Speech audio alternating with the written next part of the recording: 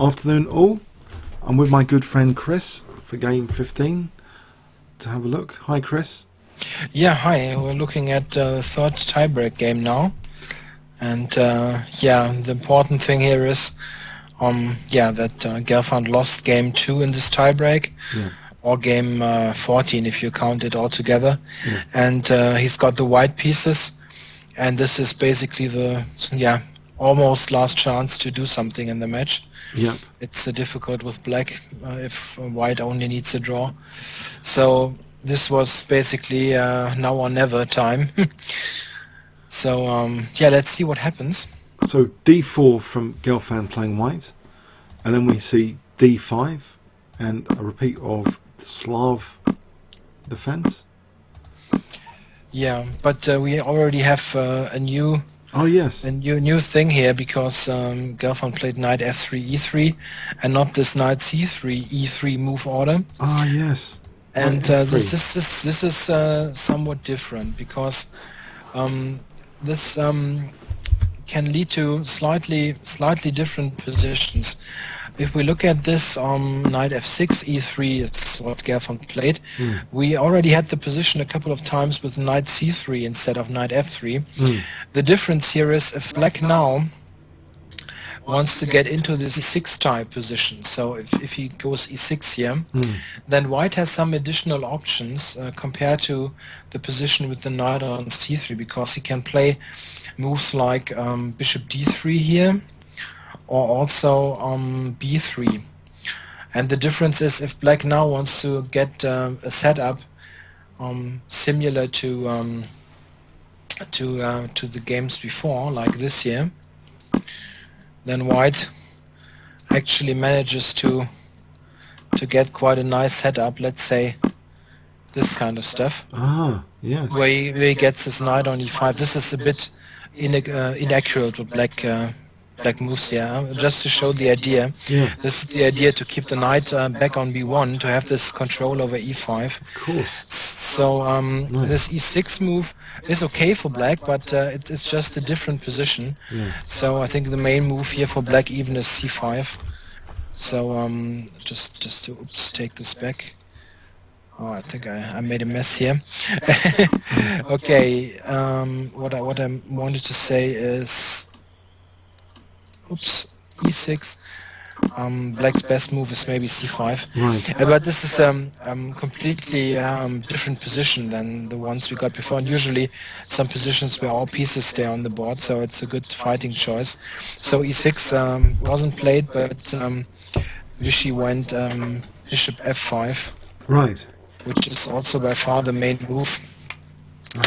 And this is this leads now to a very well-known theoretical line. Black goes e6 here, and then knight h4. This is another point of white's move order. He wants to get this right squared bishop, so we will get the bishop pair. Yeah. And okay, it's not the most impressive bishop pair at first, because the bishop c1 is not terribly strong, but it's something to play for in the long run. And black now has numerous possibilities. He can basically play all bishop moves, and also bishop g4, bishop e4 is all normal. I think Anand played the most straightforward way, just bishop g6, and white took here. Yeah. And it's all very normal. This castles here actually is an interesting move. Black could try here to launch some attack on the h file. Yeah, it looks potentially kind of dangerous, this open h file and h2. Yeah. Funny enough, this was played in a game Carlsen versus Gelfand. Gelfand as black, so reversed roles. And Gelfand actually in this game, I think it was Tal Memorial last year, not quite sure, but I think Tal Memorial. In this game, Gelfand actually went for this h-file attack, castled long, but at the end was outcalculated by Magnus. He's not the worst calculator ever. No, that was good, a good attacking effort though by Gelfand. Yeah, it was a really cool fighting game, but of course Vishy is more into solid play here, so you just bishop d6 first, then h3, castles, all very normal moves. Yeah. And I think this is all quite understandable. But now comes really the first very crucial point of the game. As Anand said afterwards, he just had a blackout in this position and simply forgot about the c5 possibility. He played rook c8 here. Oh, this is actually a major blunder already. Yes, it's a problem.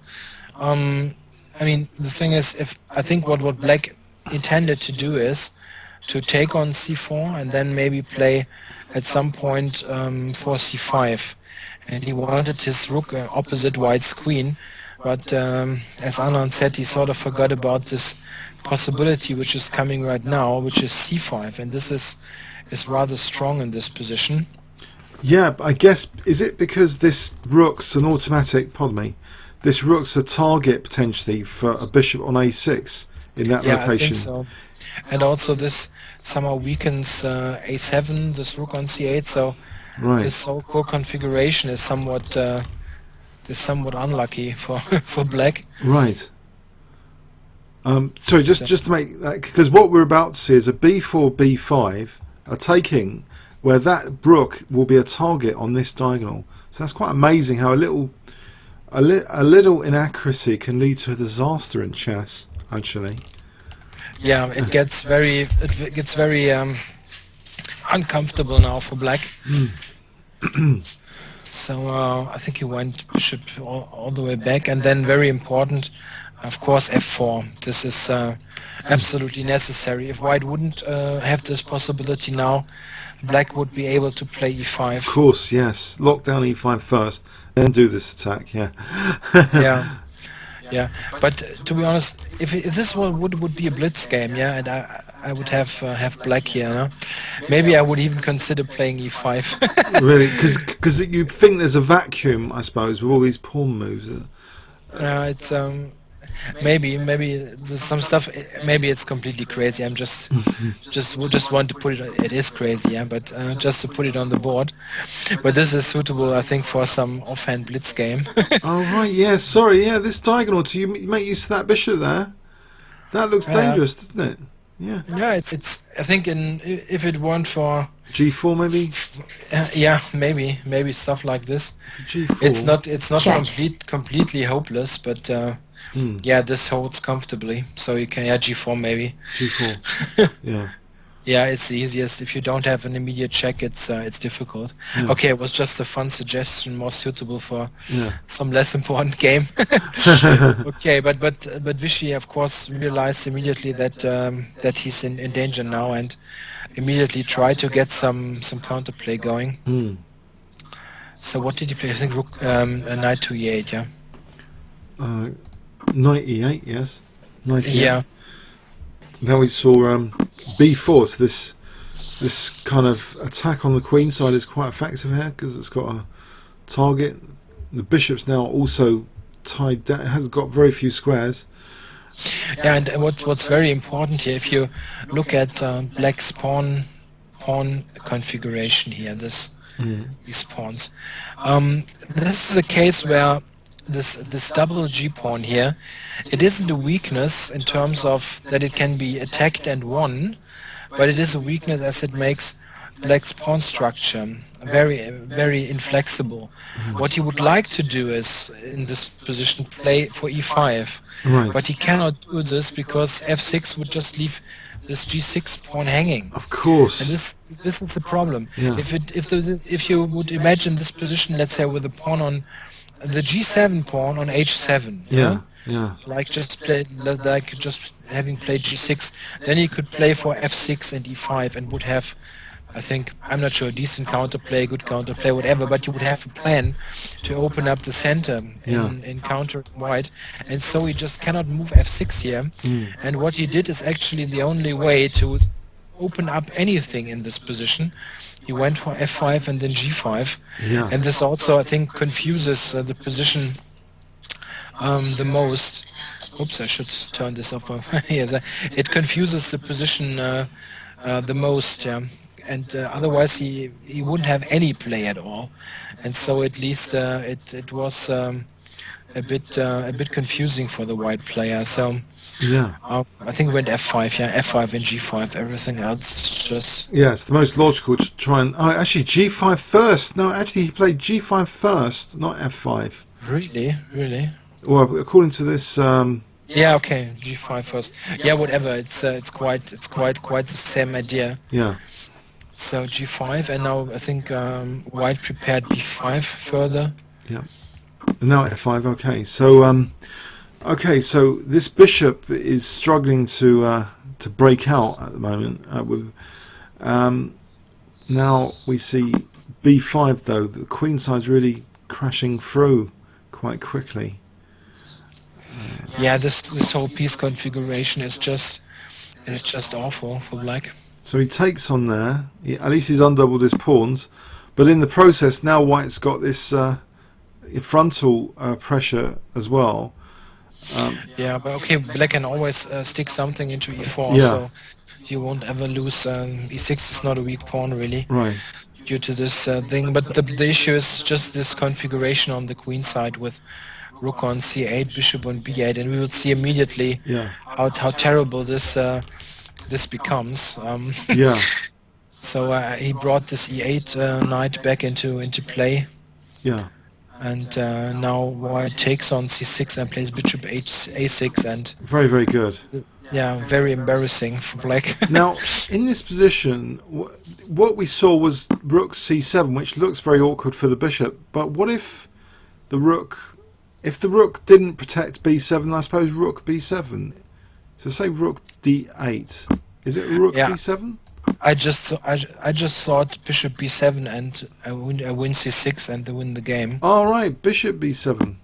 Isn't it? I'm not sure, but this would be my first. I'm always the primitive guy. No, that's the good point about c6. Even better. Rook b7 doesn't do anything. But wait a second. What about knight c5 here?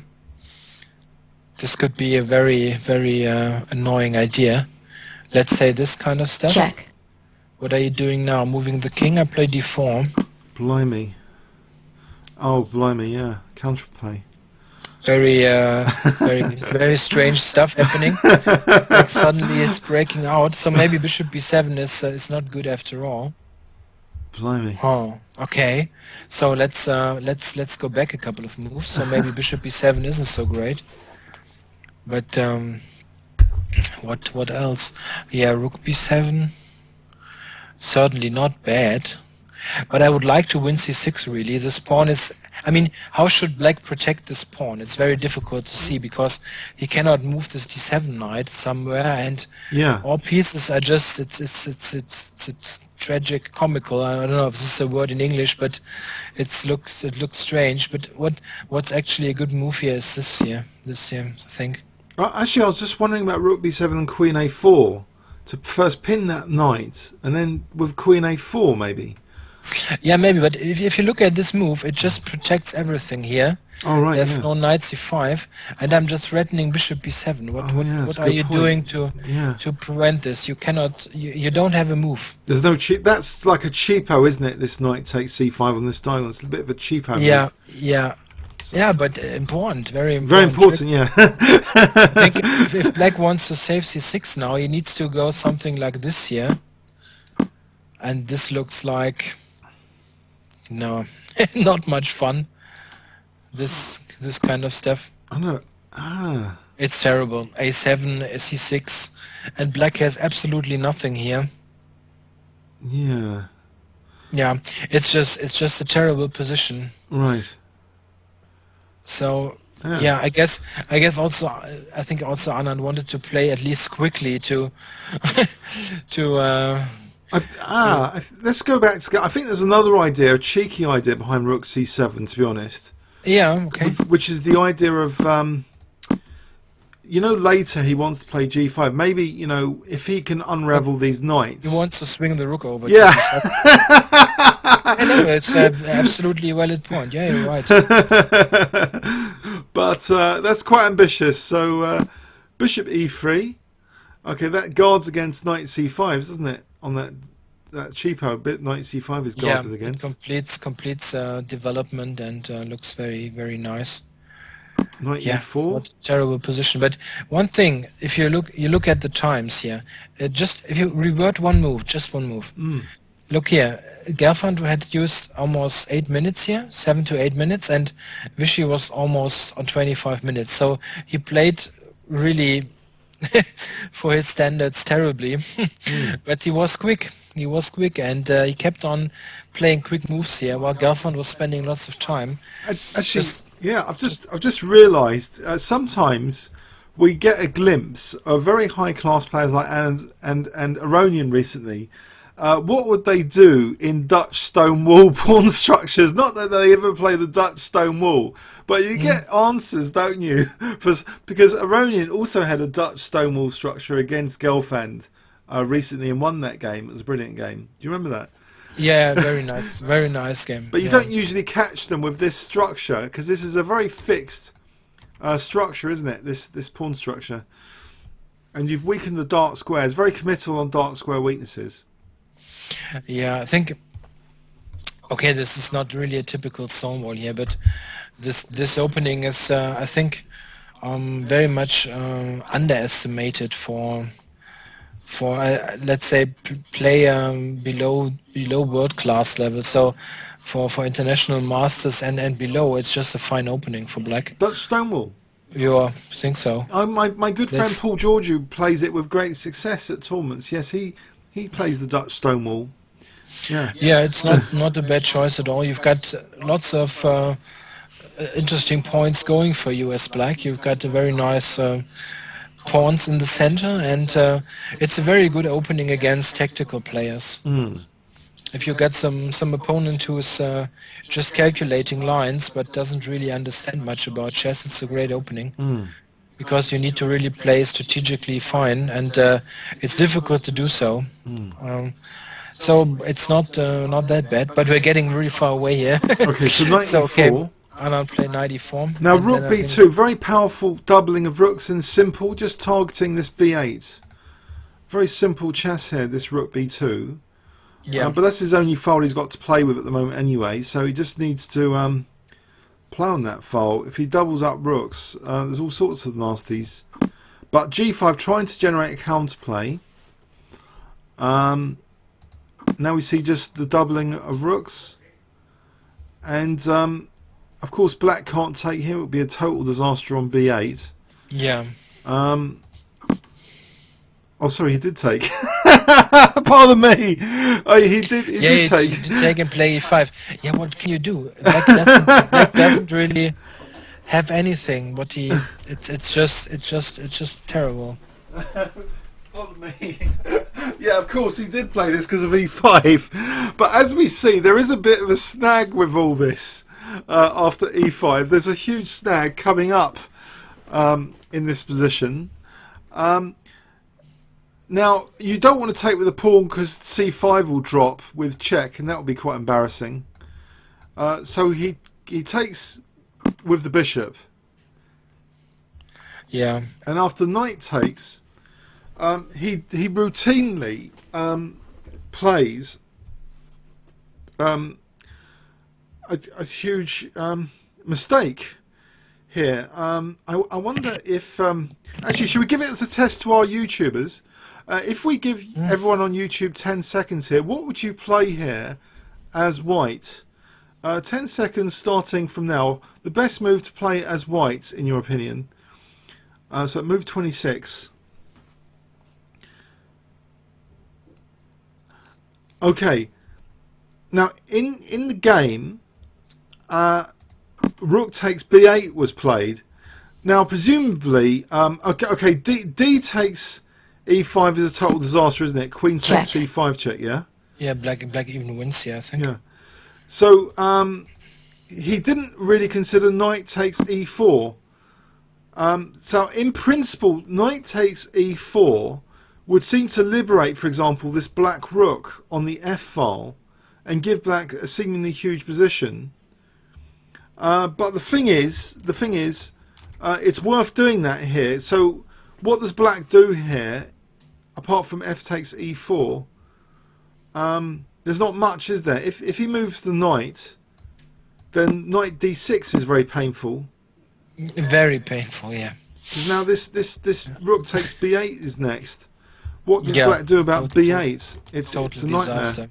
Sorry total disaster. Yeah, you just lose b8 and you lose everything falls apart.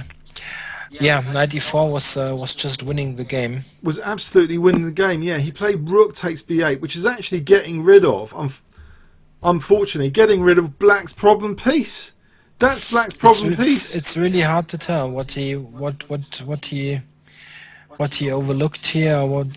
I mean, knight takes e4 strategically, it's a terrible move, but it just wins a piece. So strategic because of f takes e4, liberating the rook. Yeah, but you just need to see that after d takes e5, black cannot save b8.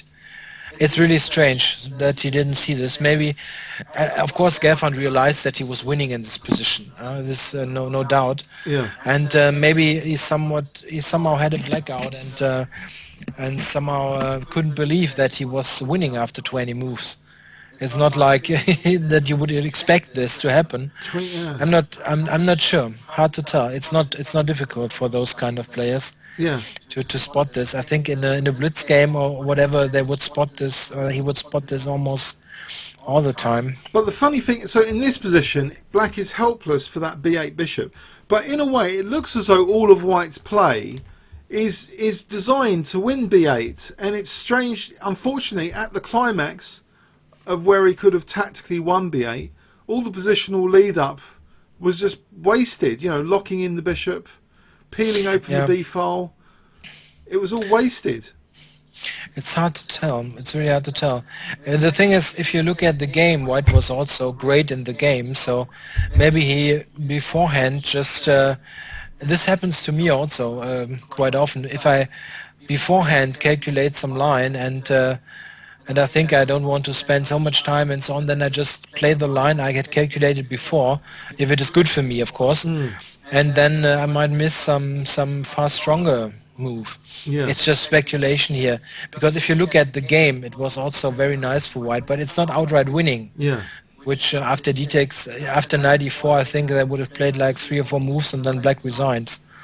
And I'm not sure what happens in the last game. This isn't the nicest thing to happen to you after you just won game 2 and got into the lead like Anand here, and then you lose in 25 moves.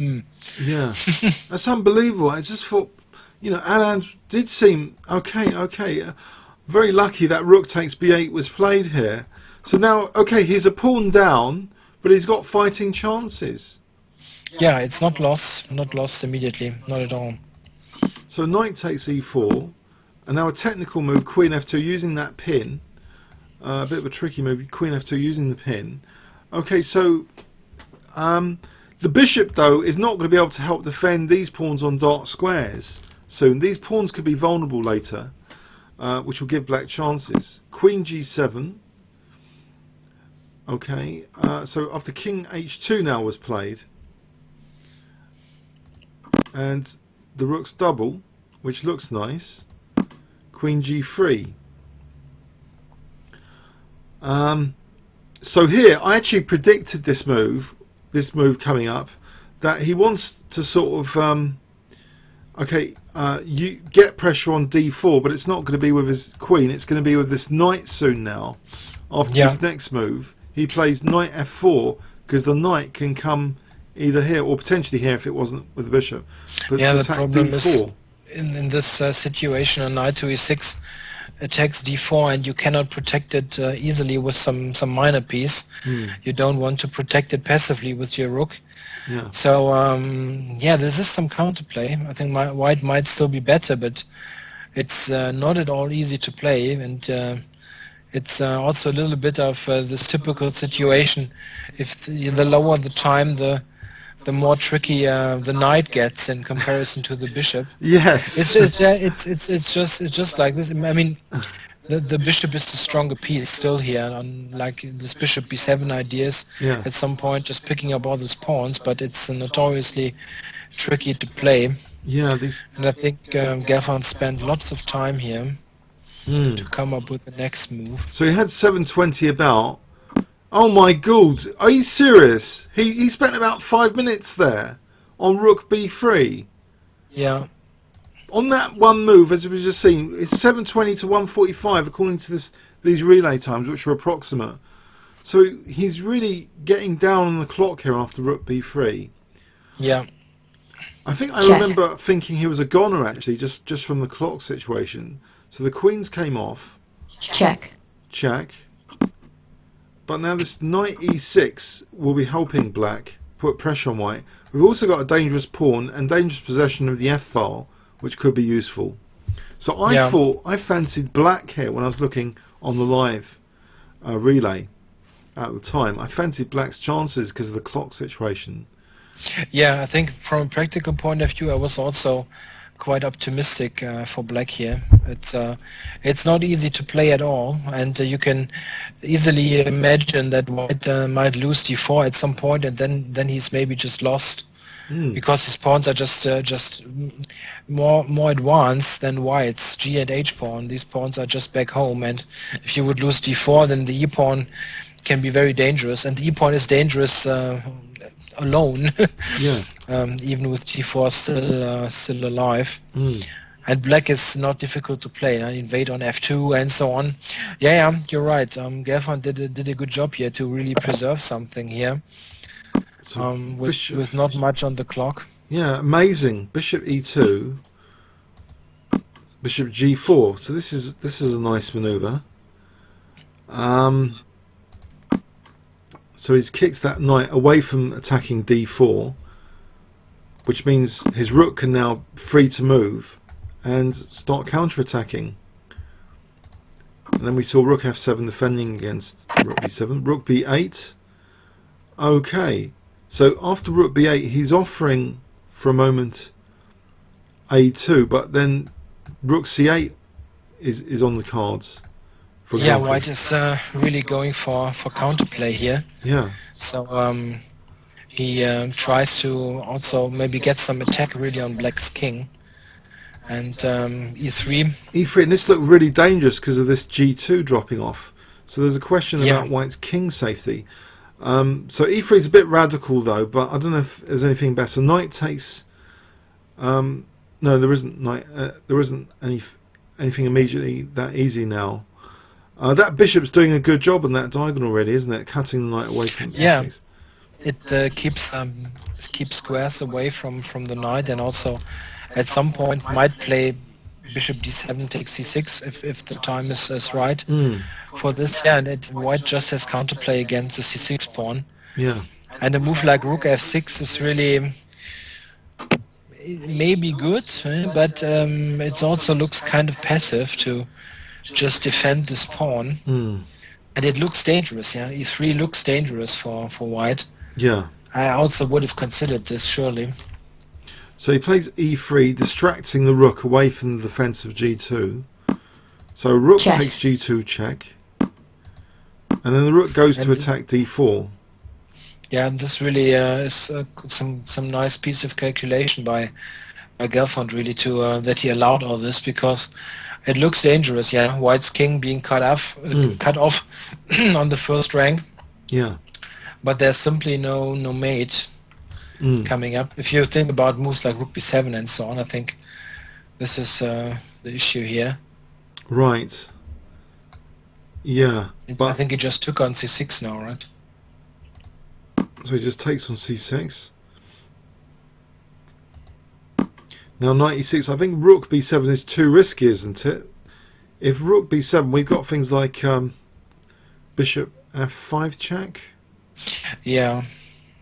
Actually, that defends immediately the b1 square, doesn't it? As well as meaning rook g3 is more dangerous. Yeah, maybe. But also knight e6 looks quite nice what you played. Yeah. Now this way you just cover b1, so you're not getting mated. Knight e6 a fun move. Yes, knight e6 threatens immediately a mate in 1, so the knight is en prie to all three pieces here. But this mate in 1 threat has to be done something about. So white here, faced with this mating one, he plays rook f3, and then we see the pair of rooks coming off, and then simplification, knight takes d4. But Anand's hugely confident here, perhaps overly confident in this position, that he's going to be okay,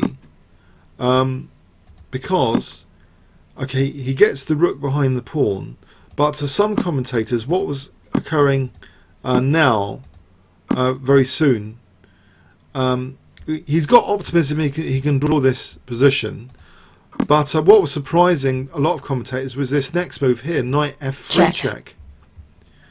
That was a surprise to many, because you know it doesn't look like a routine draw, does it, this position? No. I'm just thinking, what happens? What happens on knight e6? On knight e6 in this position? Yeah. Instead of what happens?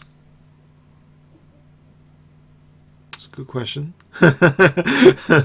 Ah.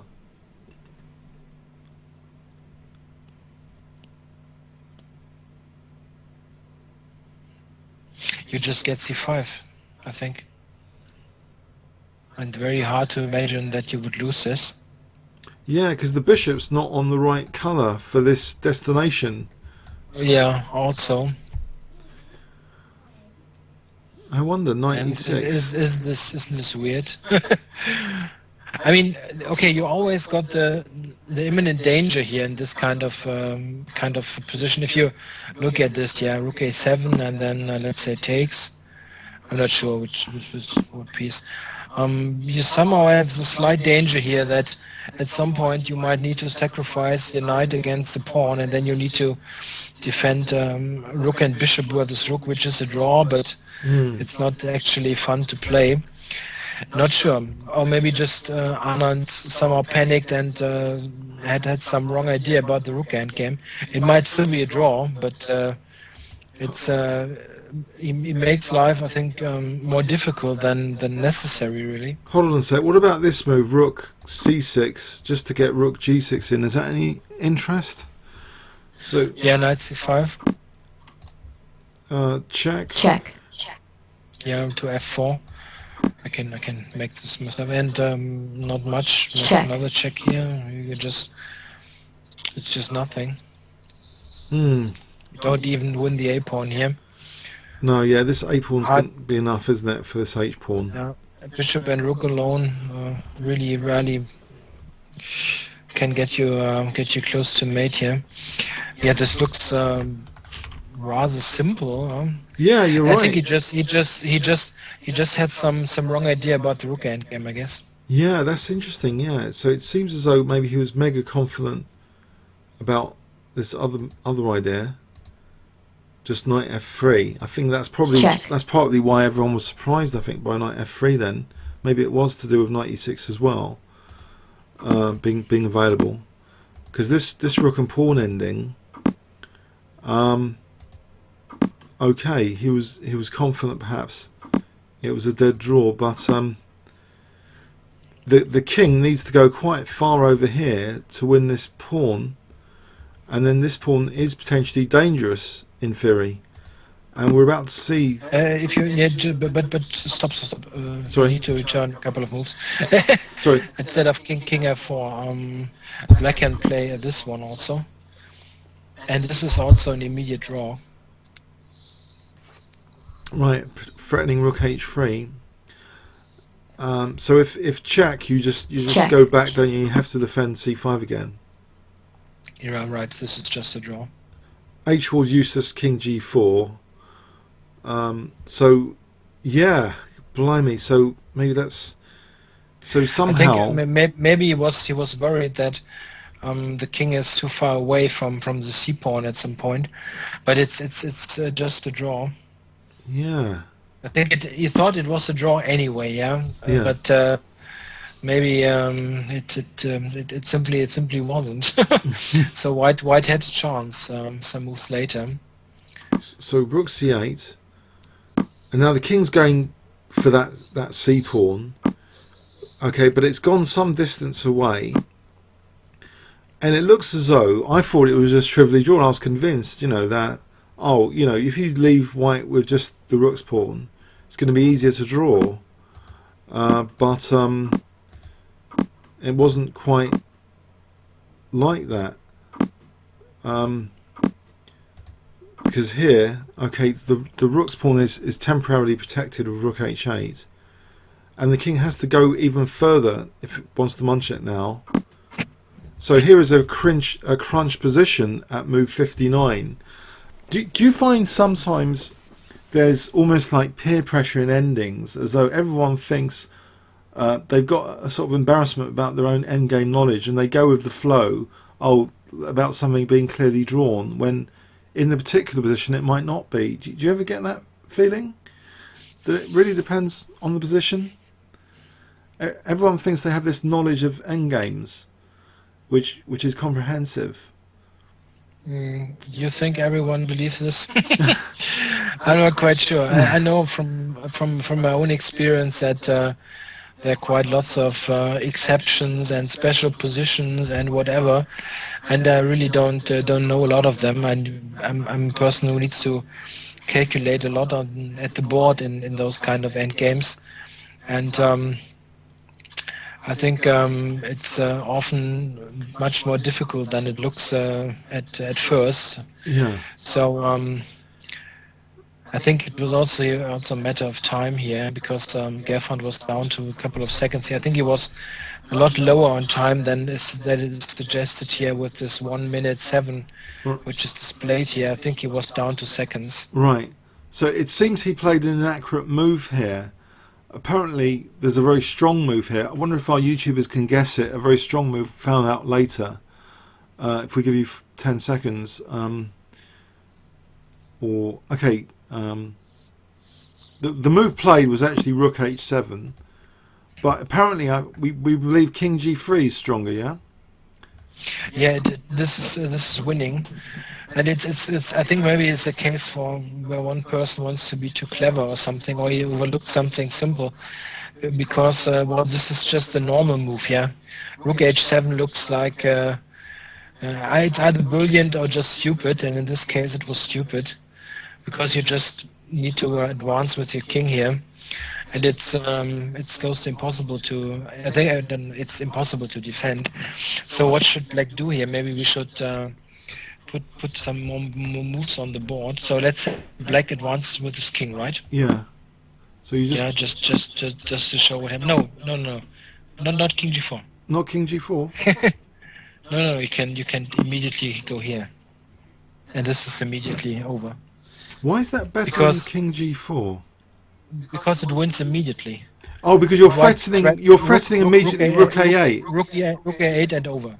Because you got the check. If yeah, I've got always this check motive, so this wins immediately. Of course. Yeah, so this is a problem with Black trying to advance his king. So. And if king e6 here, you get the check here. Rook e8 checked, right? Yeah, and then h8.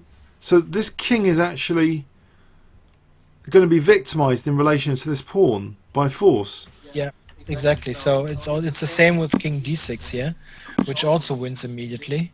You don't even need the king here. So Black cannot advance his king. So this leaves him basically with rook h1, and then I just advance with the king. Black still cannot move his own king.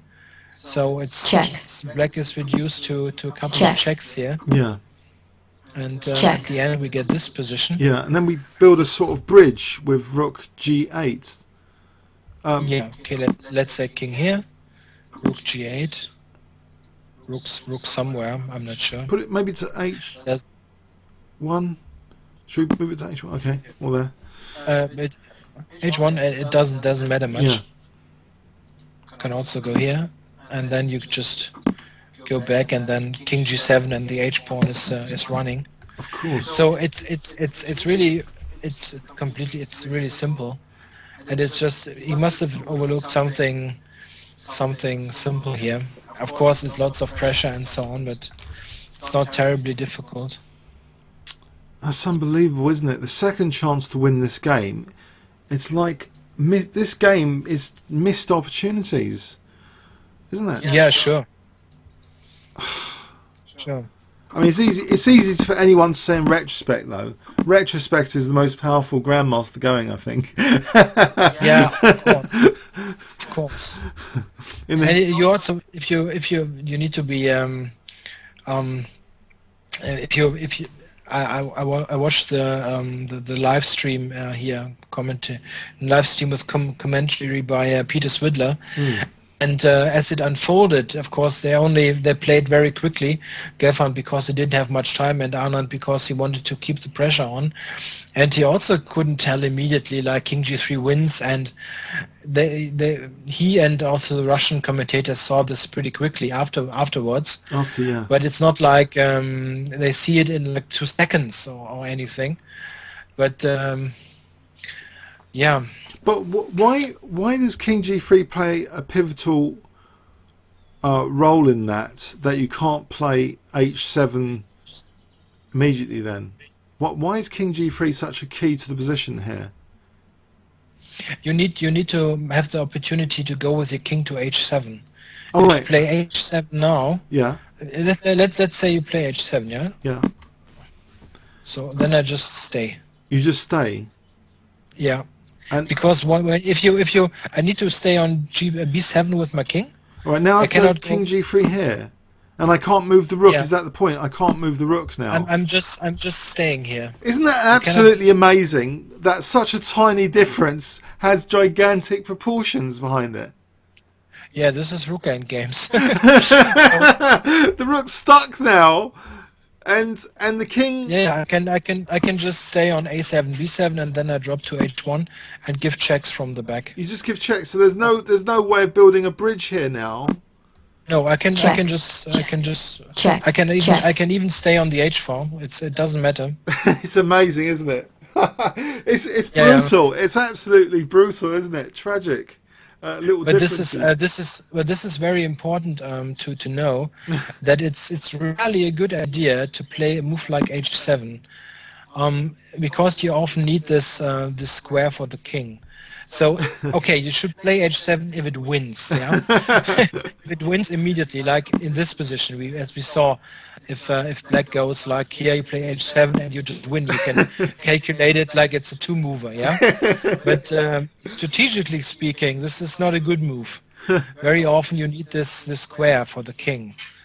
But okay, here it wins immediately because black played the bad move, king to D6. Yeah, it's all decided here by time management. I think give him 3 minutes on the clock and he never play rook H7. Unbelievable. I mean, it's unbelievable. I find that the finesses here. Wasn't there this great master called Floor? Or was it? He was good at endings as well as Rubinstein. They were brilliant at rook and pawn endings. I think Rubinstein was the most famous, wasn't he, for endings? Yeah, Rubinstein's maybe the best rook endgame player ever, or at least let's say he had really a huge amount of very instructive examples where he nicely outplayed people from like, let's say, minimum advantages, and he just played model games out of this. So it's very useful to study. But let's say this position here, for instance, is this kind of basic position. You can, without any knowledge, just calculate at the board and see that how it wins.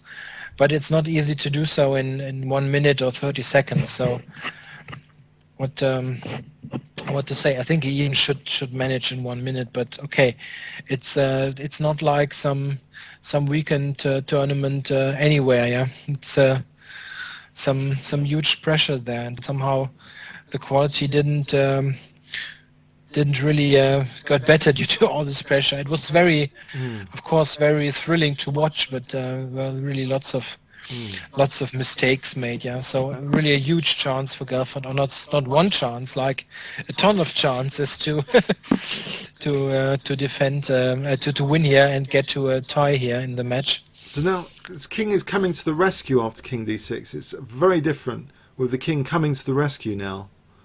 Yeah, the rook on h7 is just terrible now because you don't have those h7 and this checks, so black can just advance his king now. And in fact, here they drew, did they? King d6, end of game. Yeah, black can just advance his king and it's over. Amazing, amazing. It's just, it's brutal chess, really. It really is in all phases. Absolutely brutal game.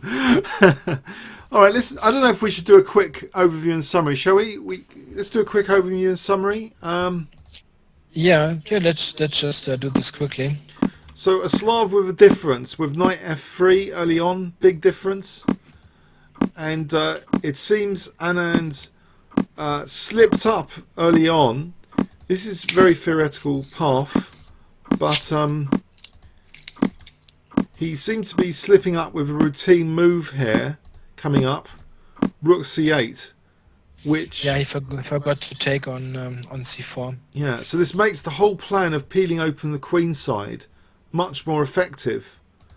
With that bishop being a target on b8, e5 being clamped down on by white, kind of Maroczy bind but against d5, made worse by the double pawns, which make it harder for black to play for f6 and e5. So he plays for f5 and g5, g5 first, then f5, trying to generate some counterplay. He plays this defensive move, curiously rook c7, which defends, it seems, b7, but also might have the idea of optimistically going for an attack later. But now, soon, Gelfand mounts up the pressure on the b file to b8. Everything seems geared up for the b8 to be the prisoner of the position. And this e5, we get this first position after knight takes e5, where a non-intuitive sort of move actually would end up winning material by force, namely knight takes e4 here. Unfortunately, this non-intuitive move was not considered too much, and in fact, instead rook takes b8. So a difference of between +3 with knight takes e4 and 0.6 according to engines. So knight takes e4 wasn't played, major opportunity missed. But still, white was a pawn up, but now black has some counterplay, and he doesn't even mind the queens coming off because he can victimize the d4 pawn, which the light square bishop can't really help defend too easily. So the pressure now on white, especially with clock pressure, he still manages to fight here and infiltrates now with his rook to come and attack c6.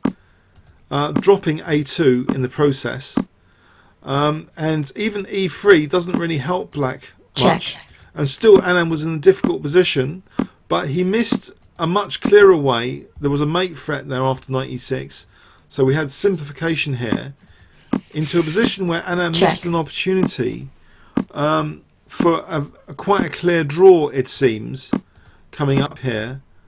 After this king h2, knight e6, as Chris points out, knight e6, and it looks as though that's a clear draw, but instead knight f3, which maybe isn't as easy as demonstrated by the game actually, where white... Here king h4 also would have drawn. Oh, sorry, king h4, yes. So maybe this is also a draw, but it really... you need to really play this now, otherwise you get into trouble. Yeah. So he got into trouble with king f4, and now we have this curious precision opportunity where actually that c-pawn is a major decoy in a way, but it needs a hyper-precise move here. Not to play h7, but in this position to play king or rook h7, to play king g3. Another major missed opportunity of the game, not to play king g3. But with retrospect, the benefit of hindsight is a wonderful thing. A super grandmaster that's never beaten retrospect. So here they drew. Okay, I don't know if anything else you want to say, Chris. Should we just say comments or questions on both our channels? We'll both upload this to our channels. I guess. Yeah, thanks for watching, and I hope you enjoyed this. Also, this nice little things about the end game at the end. I think it might be helpful. Yeah. So I hope everyone got something from that. That's great. Okay. Thanks very much.